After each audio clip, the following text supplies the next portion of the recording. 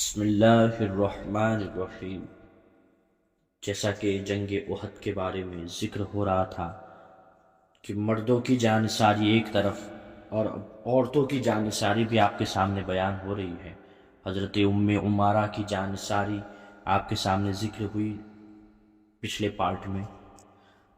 اسی طرح حضور صلی اللہ تعالی علیہ وسلم کی پھوپھی حضرت بی بی صفیہ اپنے بھائی حضرت حمزہ کی لاش پر آئی تو آپ نے ان کے بیٹے حضرت زبیر کو حکم دیا کہ میری پھوپھی اپنے بھائی کی لاش نہ دیکھنے پائے۔ حضرت بی بی صفیہ نے کہا کہ مجھے اپنے بھائی کے بارے میں سب کچھ معلوم ہو چکا ہے، لیکن میں اس کو خدا کی راہ میں کوئی بڑی قربانی نہیں سمجھتی۔ پھر حضور صلی اللہ تعالی وسلم کی اجازت سے لاش کے پاس گئی اور یہ منظر دیکھا کہ پیارے بھائی کے کان، ناک، آنکھ سب کٹے ہوئے، پٹے، شکم چاک، جگر چبایا ہوا پڑا دیکھا۔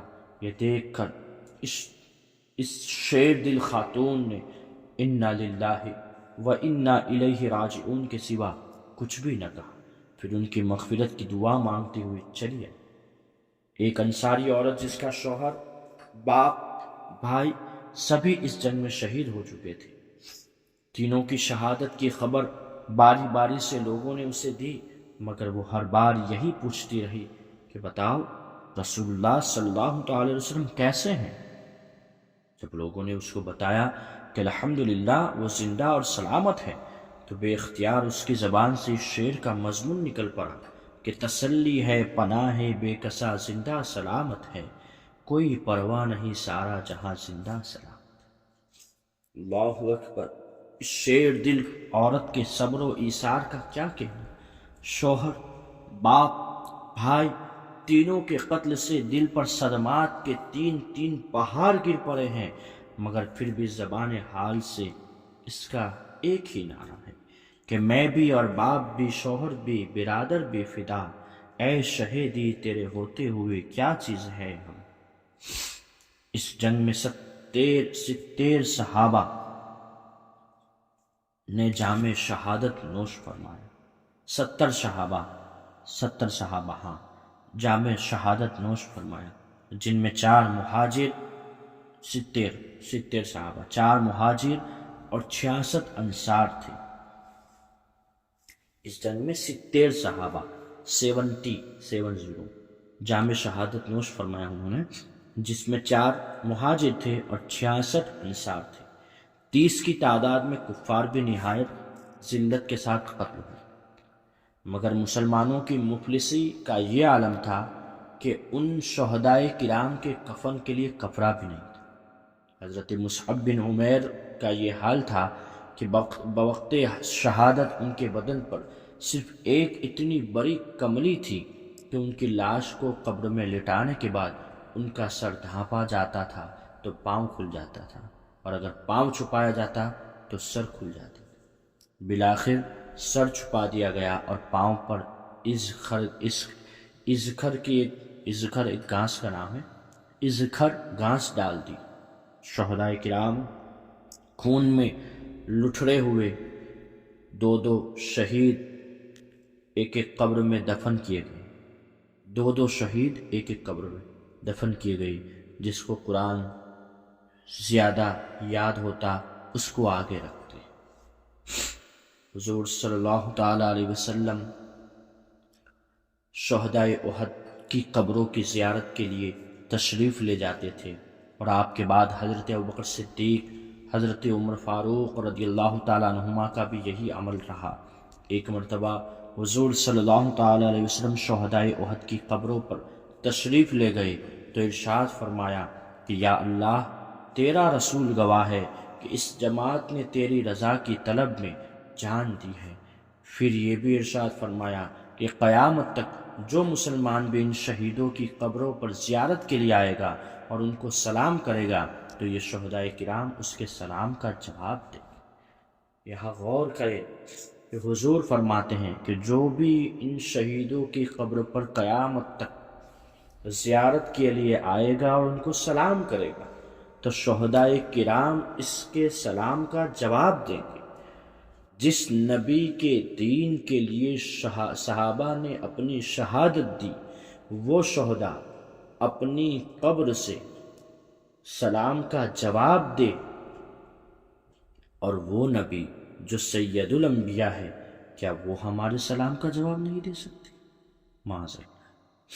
یہ عقیدہ حضور صلی اللہ تعالی وسلم کے حدیث سے ہمیں پتہ چل رہا ہے دوست۔ بہرحال تو حضور نے فرمایا کہ قیامت تک جو مسلمان بھی ان شہیدوں کی قبروں پر زیارت کے لیے آئے گا اور ان کو سلام کرے گا تو یہ شہداء کرام اس کے سلام کا جواب دیں گے۔ اور ہم سنی اہل سنت والجماعت بھی یہ عقیدہ رکھتے ہیں کہ ہم اپنے وطن میں، اپنے مسجدوں میں، مساجدوں میں، اپنے علاقوں میں بیٹھ کر یا کھڑے ہو کر، بہتر ہے کھڑے ہو کر، حضور کی بارگاہ میں سلام پیش کریں گے۔ تو ہمارا بھی یہ عقیدہ ہے کہ حضور ہمارے سلام کو سنتے ہیں، اور اگر حضور چاہے تو حضور اس کی برکتیں بھی ہمیں عطا فرمائیں۔ اللہ تبارک و تعالی ہم سب کو حضور پر سلام پیش کرنے والا بنائے۔ چنانچہ حضرت فاطمہ خزاعیہ کا بیان ہے کہ میں ایک دن احد کے میدان سے گزر رہی تھی، حضرت حمزہ کی قبر کے پاس پہنچ کر میں نے عرض کی، السلام علیکم، السلام علیکہ یا عم رسول اللہ، اے رسول کے چچا آپ پر سلام ہو۔ تو میرے کان میں یہ آواز آئی کہ وعلیک السلام ورحمۃ اللہ وبرکاتہ۔ غور کیجیے آپ، یہ مدارج النبوت میں جلد نمبر 2 میں صفحہ نمبر 135 پر موجود ہے، آپ دیکھ سکتے ہیں۔ حضرت فاطمہ خزاعیہ کا بیان ہے رضی اللہ تعالی عنہ۔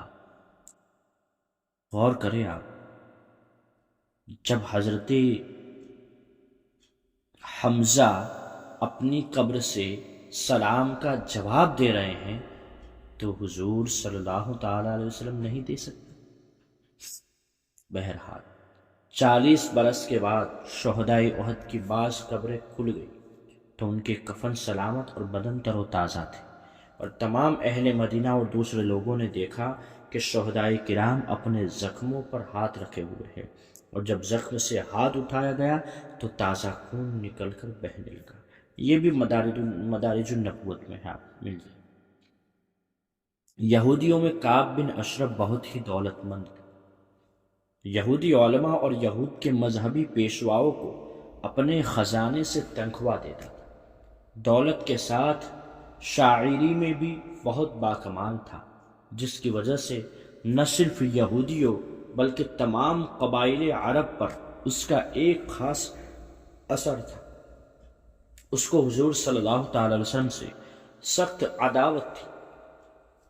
جنگ بدر میں مسلمانوں کی فتح اور سرداران قریش کے قتل ہو جانے سے اس کو انتہائی رنج و صدمہ ہوا، چنانچہ یہ قریش کی تعزیت کے لیے مکہ گیا، اور کفار قریش کا جو بدر میں مقتول ہوئے تھے ایسا پردرد مرثیہ لکھا کہ جس کو سن کر سامعین کے مجمع میں ماتم برپا ہو جاتا تھا۔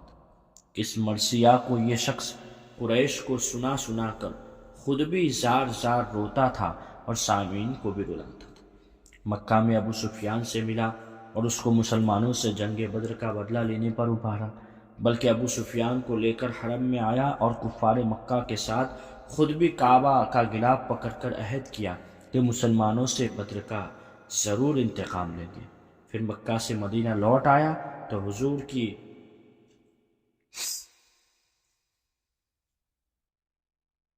کی شان میں طرح طرح کی گستاخیاں اور بے ادبیاں کریں۔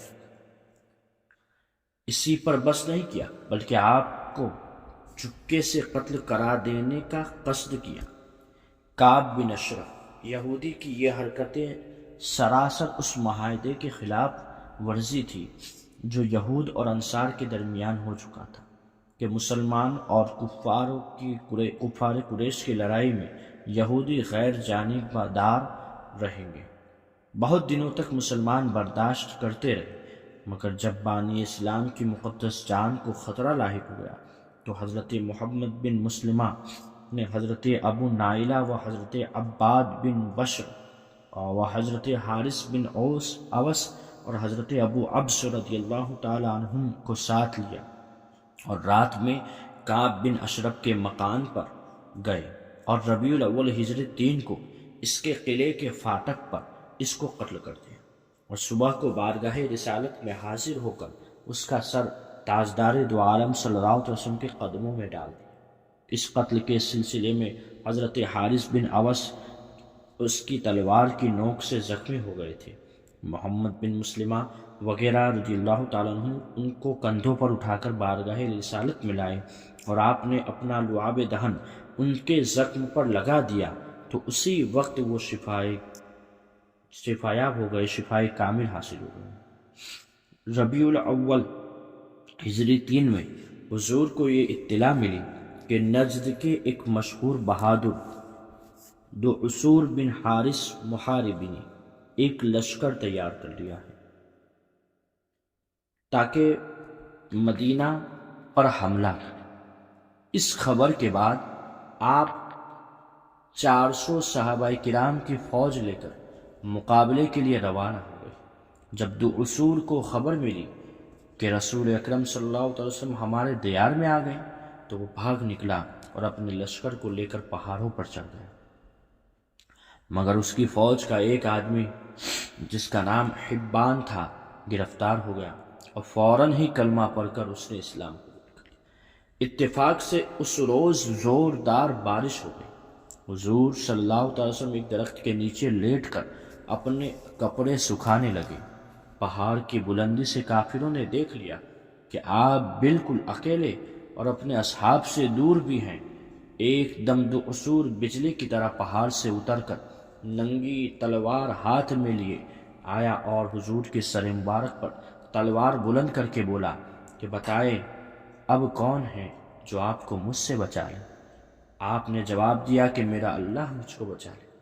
چنانچہ حضرت جبرائیل علیہ السلام دمزدن میں زمین پر اتر پڑے اور دعصور کے سینے میں ایک ایسا گھونسا مارا کہ تلوار اس کے ہاتھ سے گر پڑی اور دعصور عین غین ہو کر رہ گیا۔ رسول اکرم صلی اللہ علیہ وسلم نے فوراً تلوار اٹھا لی اور فرمایا کہ بول اب تجھ کو میری تلوار سے کون بچائے گا؟ دعصور نے کانپتے ہوئے بھرائی ہوئی آواز میں کہا کہ کوئی نہیں۔ رحمت للعالمین کو اس کی بے کسی پر رحم آ گیا اور آپ نے اس کا قصور معاف فرما دیا۔ دعصور اس اخلاق نبوت سے بے حد متاثر ہوا اور کلمہ پڑھ کر مسلمان اور اپنی قوم میں آ کر اسلام کی تبلیغ کرنے لگا۔ اس غزوے میں کوئی لڑائی نہیں اور حضور صلی اللہ تعالی علیہ وسلم 11 یا 15 دن مدینہ سے باہر رہ کر پھر مدینہ آ گئے۔ بعض مورخین نے اس تلوار کھینچنے والے واقعے کو غزوہ ذات الرقاع کے موقع پر بتایا ہے، مگر حق یہ ہے کہ تاریخ نبوی میں اس قسم کے 2 واقعات ہوئے ہیں۔ غزوہ غطفان کے موقع پر سر انور کے اوپر تلوار اٹھانے والا دعصور بن حارث محاربی تھا جو مسلمان ہو کر اپنی قوم کے اسلام کا باعث بنا، اور غزوہ ذات الرقاع میں جس شخص نے حضور صلی اللہ علیہ وسلم پر تلوار اٹھائی اس کا نام غورث تھا۔ اس نے اسلام قبول نہیں کیا بلکہ مرتے وقت تک اپنے کفر پر اڑا رہا۔ ہاں البتہ اس نے یہ معاہدہ کر لیا تھا کہ وہ حضور سے کبھی جنگ نہیں کرے گا۔ ہجرت کے تیسرے سال میں دوسرے واقعات بھی ظہور پذیر ہوئے ہیں، جیسے کہ 15 رمضان کو حضرت امام حسن کی ولادت ہوئی اور اسی سال میں یعنی ہجری 3 میں حضور اقدس صلی اللہ تعالی علیہ وسلم نے حضرت بی بی حفصہ سے نکاح فرمایا تھا، اور حضرت حفصہ حضرت عمر فاروق اعظم کی صاحبزادی ہے جو غزوہ بدر کے زمانے میں بیوہ ہو گئی تھی۔ اور اسی سال میں یعنی 3 ہجری میں حضرت عثمان غنی نے حضور صلی اللہ تعالی وسلم کی صاحبزادی حضرت ام کلثوم رضی اللہ تعالی عنہا سے نکاح کیا تھا، اور اسی سال ہجری 3 میں میراث کے احکام و قوانین بھی نازل ہوئے اب تک میراث میں ذوی الارحام کا کوئی حصہ نہ تھا، ان کے حقوق کا مفصل بیان نازل ہوا ہے اسی ہجری میں۔ اب تک مشرک عورتوں کا نکاح مسلمانوں سے جائز تھا 3 ہجری سے پہلے، مگر 3 ہجری میں اس کی حرمت نازل ہو گئی اور ہمیشہ کے لیے مشرک عورتوں کا نکاح مسلمانوں سے حرام قرار دیا گیا۔ واللہ تعالی عالم۔ تو یہ جو واقعات ابھی تک گزرے ہیں وہ 3 ہجری کے، اور انشاءاللہ تبارک و تعالی اگلے پارٹ میں ہجرت کا 4تھا سال اور اس کے آگے کے واقعات انشاءاللہ تبارک و تعالی بیان کیے جائیں گے۔ آپ لوگوں سے گزارش ہے کہ آپ لوگ سیرت مصطفیٰ صلی اللہ تعالی وسلم کے جتنے بھی پارٹ ابھی تک گزرے ہیں وہ اگر آپ نے سنے ہیں تو بہت اچھی بات ہے، لیکن ہمارا مقصد صرف سننا نہیں ہے بلکہ سیرت مصطفیٰ صلی اللہ تعالی علیہ وسلم کی جانکاری لینا ہے، اور اس سیرت پر ہم سب کو عمل بھی کرنا ہے کہ ہمارے آقا رحمت عالم نور مجسم محسن اعظم احمد مجتبی محمد مصطفیٰ صلی اللہ تعالی علیہ وسلم جو ہمارے آقا ہے، جو ہمارے رسول ہے، ہمارے نبی ہے، ہمارے لیڈر ہے، ہمارے سب کچھ ہے، جن کی وجہ سے ہم ہیں، تو دوستو ان کی سیرت کے بارے میں ہمارے پاس جانکاری تو ہونا چاہیے، اور اس جانکاری کے بعد ہمیں ان کی سیرت پر عمل بھی کرنا چاہیے اور دنیا کو دکھانا چاہیے کہ ہمارا اسلام اور ہمارے آقا کیسے تھے۔ جب ہمارے اندر حضور کی سیرت ہوگی، ہمارے چلنے پھرنے میں حضور کی سیرت نظر آئے گی، تو انشاءاللہ تبارک و تعالی پھر کسی کی بھی زبان پر حضور کے بارے میں نازیبہ الفاظ اور گستاخیاں نہیں ہوگی۔ تو بہرحال آپ لوگ اس کو سنیں بھی اور شیئر بھی کریں اور اس پر عمل بھی کریں۔ اللہ تعالی ہم سب کو عمل کرنے والا بنائے۔ وآخر دعوانا الحمدللہ رب العالمین۔ السلام علیکم ورحمۃ اللہ وبرکاتہ۔